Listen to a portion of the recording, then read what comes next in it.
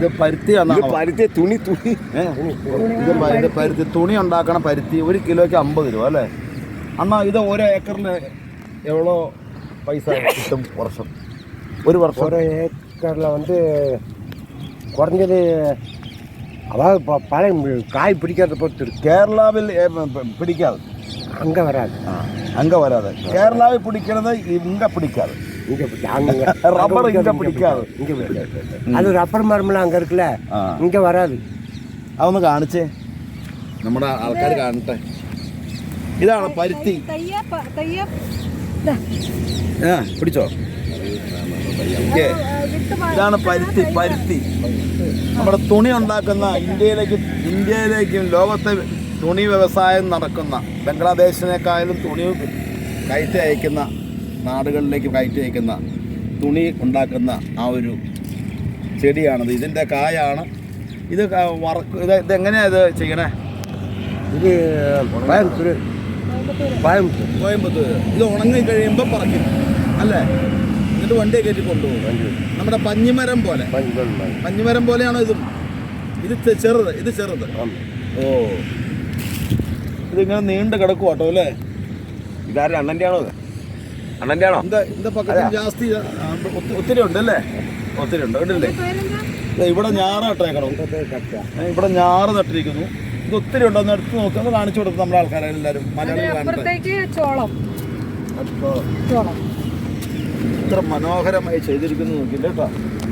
അത് ഈ അണ്ണൻ്റെ നോക്കി. നമുക്ക് കുറേ നേരമായി 100 ഏക്കർ നമ്മൾ കണ്ടിട്ട് നമുക്ക് മനസ്സിലായില്ലേ ഇത് എന്നാന്നല്ലേ? പരുത്തിയാണ്. അങ്ങേറ്റത്ത് എന്നാ നോക്കിയേ, അങ്ങേറ്റത്തേക്ക് എന്നാ നോക്കിയേ, അങ്ങേറ്റത്തേക്ക് എന്നെ പിടിക്ക്. ആ ദൂരേക്ക് അതെന്നത് ചോളാണോ?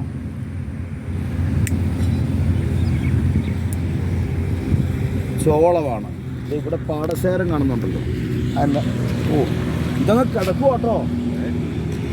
കുറച്ച് പരുത്തി, കുറച്ച് ചോളം. ഇതിനകത്ത് ചോളം അവിടെ നിൽക്കുന്നു. ഇവിടെ പാടശേഖരങ്ങൾ ചേർന്ന് തന്നെ ഒരു ചെറിയ ഗ്രാമം അല്ലേ? ആ ഒരു വീട്ടുകാരൻ്റെ തോന്നായിട്ടത് മുഴുവൻ ഒറ്റ വീട്ടുകാരൻ്റെ ആണെന്ന് തോന്നിട്ടില്ലേ? അവിടെ ഒരു വീടുണ്ട്. അങ്ങ് നീണ്ട കിടക്കുവാണ് കേട്ടോ. അങ്ങോട്ട് കണ്ടോ, ഈ കൊച്ചു ഗ്രാമത്തിൽ കൂടി പോലും ദേശീയപാതയായിട്ടോ 4 പേര്. ഇവിടെ വീടുകളൊന്നുമില്ല അല്ലേ?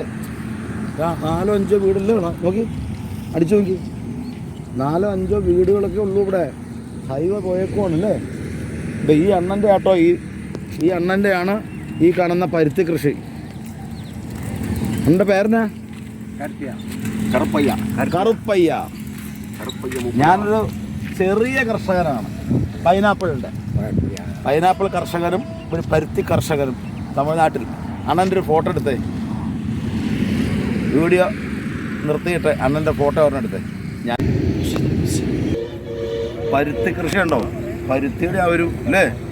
ഇവിടെ ഇത് ഒരു 100-250 ഏക്കർ വച്ച് മറ്റേ ഓരോരോ വലിയ മുതലാളിമാർക്ക് കൃഷിക്കാരാണ്. പക്ഷെ അവർക്ക് 100-200-300 ഏക്കറാണ്.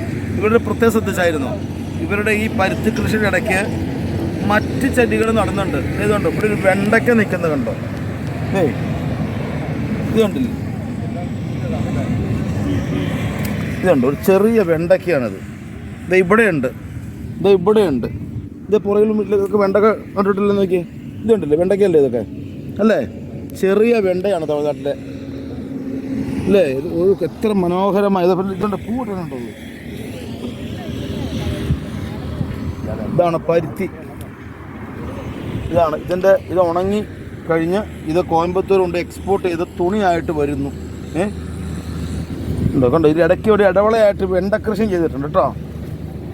പരുത്തി കൃഷിയുടെ കൂടെ വെണ്ടക്കൃഷിയുണ്ട്, എല്ലാം ഉണ്ട്. ഇതിന് കിടക്കും കേട്ടോ അങ്ങോട്ട്.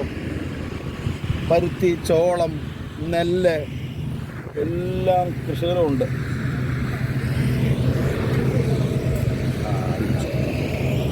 ഈ കൊച്ചു വീഡിയോ നിങ്ങൾക്ക് ഇഷ്ടപ്പെട്ടോ?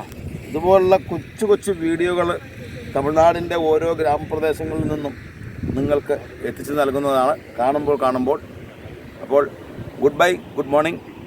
പിന്നെ